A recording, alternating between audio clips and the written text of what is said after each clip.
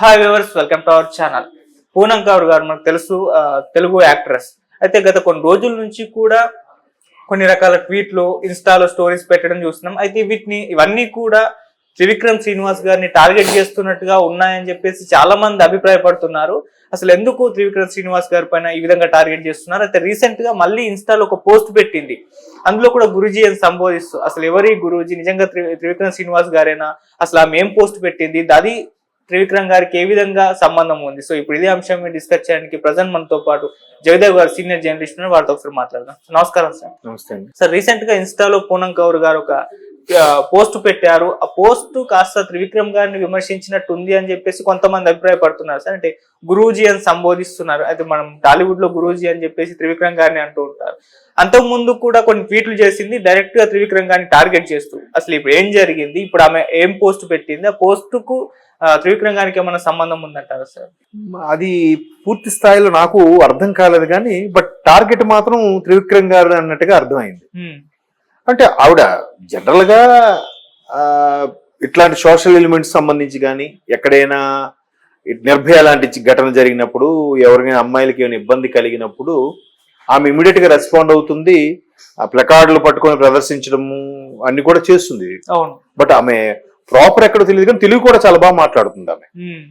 అయితే మొన్నటి కూడా వైసీపీ ప్రభుత్వం గురించి కూడా ఒక రెస్పాండ్ అయింది. అంటే ఎన్నికల ముందు ఎలన్ మస్క్ అనే వ్యక్తి ఏపీకి విజిట్ చేయడానికి వస్తున్నారు, ఇక్కడ ఏవో పెట్టుబడులు పెట్టడానికి వస్తున్నారు అనే విషయంలో మరి ఈయనకు కూడా 4 పెళ్లిళ్ళు అయ్యేవి, మీ వైసీపీ ప్రభుత్వం వీళ్ళకి ఓకేనా అన్నట్టుగా ఒక ట్వీట్ చేసింది.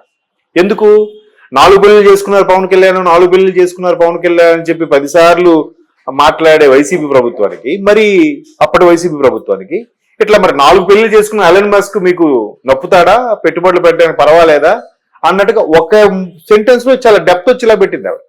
చాలా బాగా అది. ఇప్పుడు గురూజీ అంటూ ఏదో, అంటే మీరు ఒక్కొక్క అమ్మాయిని భారీగా చేస్తుంటారు, ఆ భారీగా చేసినప్పుడు ఆ భార్య భర్త చేసే చేష్టలకి దేనికి సమాధానం ఇవ్వకూడదు, భర్త ఏం చేసినా పడుతూ ఉండాలి, భర్తే సర్వస్వం, భర్త పాదాల దగ్గర ఇంత చోటు దొరికితే చాలు అన్నట్టుగా మీరు చేసేస్తారు, మీ రచనలు మీ స్క్రిప్ట్ల ద్వారా ఎదుటి వాళ్ళ బ్రెయిన్ ని ట్యూన్ చేస్తారు అన్నట్టుగా ఉంది.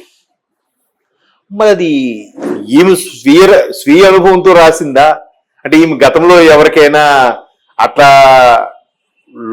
లొంగిపోవాల్సి వచ్చిందా, లేదా ఇంకెవరైనా కొత్తగా బలిపశువు చేశారు అటువంటి వ్యక్తి గురించి ఆ సూపర్ స్టారో లేకపోతే ఆ నటుడో ఆ హీరో దగ్గర ఇలా పెట్టబడింది అనే ఆవేదన తెలియట్లేదు. కానీ గురూజీ అని మెన్షన్ చేసింది మాత్రం త్రివిక్రమ్ గారు అనే విషయం అర్థం. ఎందుకంటే రీసెంట్ గా చాలా సినిమాల్లో కూడా గురూజీ ఒక కొటేషన్ చెప్పారా అని చెప్పి చెప్తున్నారు, సినిమాలో కూడా డైలాగ్ పెడుతున్నారు గురూజీ అని.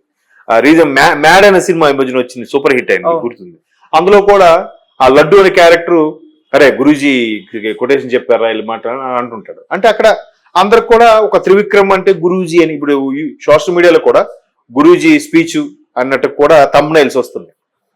సో త్రివిక్రమ్ గారిని ఎందుకు టార్గెట్ చేశారు అనేది తెలియదు.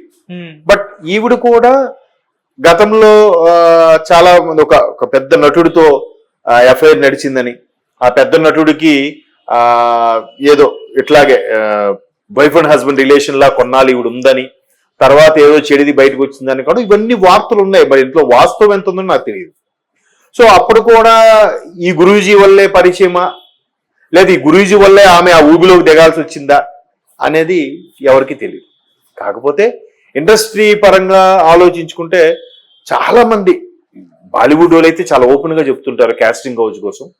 టాలీవుడ్ లో కొద్ది మంది ఓపెన్ అవుతున్నారు, కొంతమంది అవన్నీ పట్టించుకోకూడదు, దానికి దీనికి సంబంధం అయింది, ఎవరు అవసరం అంటే వాళ్ళు ఎలా మాట్లాడుతున్నారంటే, నువ్వు దానికి కూడా లొంగింది నీ అవసరం కోసమే కదా, లేదా దానికి మీరు ఒబే అయ్యింది, ఆ కాస్టింగ్ కౌచ్ సంబంధించి ఒబే అయ్యింది మీకు ఒక హైప్ వస్తుందనో, లేదా మీకు ఒక బ్రేక్ వస్తుందనో, మీ ఫస్ట్ డీబట్ మూవీ సూపర్ హిట్ అవుతుందనో, రకరకాల కారణాల చేత మీరు కూడా ఇది అవుతారు కదా. మీరు నిజంగా డబ్బు సంపాదించాలి, నేము ఫేమ్ సంపాదించాలంటే ఇదొకటే మార్గం కాదు, వేరే వేరే మార్గాలు కూడా ఉన్నాయి కదా. బట్ మీరు ఎంచుకున్నారు కదా మీదే తప్పు అనే ధోరణిలో చాలా మంది ఈ రోజు పెద్ద పెద్ద టాలీవుడ్ కానీ, కోలీవుడ్ కానీ, ఎక్కడెక్కడ బాలీవుడ్ లో కానీ పెద్ద పెద్ద హీరోయిన్లుగా స్థిరపడిన వాళ్ళకు కూడా వాళ్ళ కెరీర్ స్టార్టింగ్ లో ఇటువంటి సమస్యలు ఎదుర్కొన్న వాళ్ళు. ఎందుకంటే చాలా మంది ఫేమస్ హీరోయిన్లు కూడా ఏం చెప్పారు, నేను కెరీర్ స్టార్ట్ చేసేటప్పుడు కూడా ఒక దర్శక నిర్మాత నన్ను వస్తావా అని అడిగాడు అని కూడా చాలా మంది హీరోయిన్స్ ఓపెన్ గా స్టేట్మెంట్ ఇచ్చారు. బట్ ఆ దర్శక నిర్మాత లేకపోతే దర్శకుడు ఎవరు అనేది ఎక్కడ నోరు విప్పలేదు. అంటే చాలా ఏళ్ళైపు ఇప్పుడు ఎందుకు ఎవరి లైఫ్ లో వాళ్ళు బతుకుతున్నా కదా, ఇప్పుడు ఎందుకు మరలా ఆ విషయాన్ని బయట పెట్టుకోవడం, పెంట చేసుకోవడం అనే ఉద్దేశంలో మాట్లాడరు.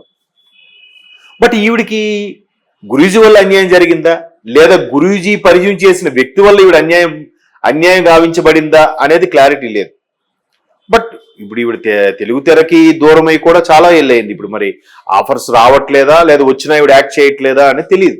ఎందుకంటే గోపీచంద్ సినిమాలో చెల్లెలుగా కూడా చేశారు. ఫస్ట్ ఎస్సీ కృష్ణారెడ్డి సినిమాలో హీరోయిన్ గా ఇంట్రొడ్యూస్ అయ్యారు ఆవిడ. ఆ తర్వాత కొన్ని 2-3 సినిమాలకు హీరోయిన్ గా చేశారు. కొన్ని దగ్గరలో చెల్లెలి పాత్రలు, హీరోయిన్ ఫ్రెండ్ పాత్రలు లాంటివి కొన్ని ఫెమిలియర్ గా చేశారు. తర్వాత ఎక్కువ చేయలేదు మరి. బట్ ఆమె ఏ ఉద్దేశంతో అంటున్నదని మాత్రం నాకు అర్థం అవ్వలేదు. బట్ ఎవరో ఒక అమ్మాయి అయితే మాత్రం బేబీ గురూజీ వారి కొటేషన్స్ వల్ల లేదా గురూజీ గారు పరిచయం చేయడం వల్లే అలాగ లోబడి లొంగిపోయి బతకాల్సి వస్తుంది, ఒక భారీగా హౌస్ వైఫ్ గా ఇంటికే పరిమితం అయిపోయేలా ఉండిపోతుంది అనే ఆవేదన అయితే ఆ ట్వీట్ లో నాకు కనబడుతుంది. బట్ మరి అసలు ఆ వ్యక్తి ఎవరు అనేది నాకు అర్థం కాలేదు. అసలు ఎందుకు ఓన్లీ త్రివిక్రమ్ గారిని ఇంత టార్గెట్ చేస్తూ వస్తుంది అని చెప్పేసి కూడా కామెంట్స్ వస్తున్నాయి. అంటే త్రివిక్రమ్ గారి పేరు డైరెక్ట్ గా మెన్షన్ చేయకపోయినా ఆయన్నే అంటుంది, ఆయన్నే టార్గెట్ చేస్తుంది ఎందుకు అన్న క్వశ్చన్ మార్క్ అయితే పడుతుంది సార్. అవును అవును. అంటే ఒకటి బాగా నేము ఫేము ఉన్న వాళ్ళకి ఏ స్థాయిలో అభిమానులు ఉంటారో దానికి రెట్టింపు సంఖ్యలో విమర్శకులు కూడా ఉంటారు. ఇప్పుడు త్రివిక్రమ్ గారు ఉన్న దర్శకుల్లో త్రివిక్రమ్ గారికి మంచి పేరుంది. అంత త్రివిక్రమ్ గారికి కూడా అతని మీద బురజల్ల వ్యక్తులు కూడా రీసెంట్ గా గోగినే బాబు గారు త్రివిక్రమ్ గారికి ఒక సందర్భంలో ప్రస్తావించి ఏదో కామెంట్ చేశారు. ఏంటి అదే ఈ హనుమంతు విషయం, ప్రణీత్ హనుమంతు విషయంలో మాట్లాడుతూ ఇంత పాండిత్యము, సాహిత్యము, ఇంత మేధావి లాంటి మంచి పేరు తెచ్చుకున్న గురూజీ లాంటి పేరు తెచ్చుకున్న త్రివిక్రమ్ కూడా గుంటూరు కారంలో ఎక్కడో ఒక వల్గర్ గా ఒక ఏదో డైలాగ్ రాశారంట, గుడ్డు నువ్వు పెట్టావా కోడి పెట్టిందా అని ఏదో సంథింగ్, మరి దాంట్లో ఏదో డబుల్ మీనింగ్ వచ్చేలాగా. సో మరి అంత విద్వత్తు ఉన్న వ్యక్తి నువ్వే అలాగ రాస్తే ఒక సామాన్య యూట్యూబరు, పైగా వాళ్ళ ఫాదర్ ఒక IAS officer, by birth golden spoon తో పెట్టిన వాడి కింద సెన్స్ ఆ ప్రణీత్ గారికి, ఆ ప్రణీత్ హనుమంతు వ్యక్తికి విచక్షణ, తారతమ్యాలు, తప్పు ఒప్పుని ఎలా తెలుస్తుంది? ఎంత విద్వత్తును నువ్వే ఇలా డబుల్ మీనింగ్ గా రాస్తే అలా రాయడం ఎంతవరకు కరెక్ట్? నేను అందుకే ఆ గుంటూరు కారం సినిమా ఆ డైలాగ్ తర్వాత ఇంకా సినిమా చూడడం మానేశాను అన్నట్టుగా రీసెంట్ గా గోగినేని బాబు స్టేట్మెంట్ ఇచ్చారు. ఇదేంట్రా త్రివిక్రమ్ గారికి ఇప్పుడు అందరూ పొగడమే గానీ ఎట్లా విమర్శలేదు కదా చెప్పలేం. ఎవరి టైం ఎన్నాళ్ళు ఎప్పుడు నడుస్తుందో తెలియదు. ఇప్పుడు మరి ఆయన అన్నాడు, ఇప్పుడు ఈవిడ పూనం కౌర్ అంటున్నారు గురూజీ అని. మరి ఏదైనా ఒకవేళ ఆయన నిజంగా తప్పు చేస్తే, ఆయన నిజంగా బయటికి ఎలాగా నటిస్తూ లోపల ఎట్లాంటివన్నీ భావం ఉంటే అది ఎన్నాళ్ళు దాగదు. లేదు అతను మంచివాడుగా ఉండి వీళ్ళు బురద జల్లే ప్రయత్నం చేశారు, ఆయన పేరు వాడుకుంటే వీళ్ళకి అయిపోతుంది అనుకున్న అయితే ఆయన ఎవడేం చేయలేడు. ఆయన వైపు న్యాయం ఉంది కాబట్టి ఎవరేం మాట్లాడలేరు. బట్ ఈవిడ అతను ఎందుకు టార్గెట్ చేస్తుంది అనేది గతంలో కూడా కొన్ని పుకార్లు అయితే ఉన్నాయి. అవి ఎంతవరకు వాస్తవం మనకు తెలియదు. ఏదో అదే చెప్తున్నాను కదా, ఒక సూపర్ స్టార్, ఒక మంచి హీరోకి ఈయనే పరిచయం చేశాడు, దగ్గర చేశాడు అన్నట్టు కూడా ఫిల్మ్ నగర్ వర్గాల్లో ఇన్ఫర్మేషన్ అటు మాట్లాడుకుంటుంటారు. మనం కళ్ళతో చూడండి చెప్పలేం. అది ఎంతవరకు వాస్తవం తెలియదు. చూద్దాం మరి ఇంకా ఆవిడ నెక్స్ట్ పోస్ట్ లో ఏవైనా ఓపెన్ అయితే దాని ప్రకారం మనకు ఒక క్లారిటీ వస్తుంది.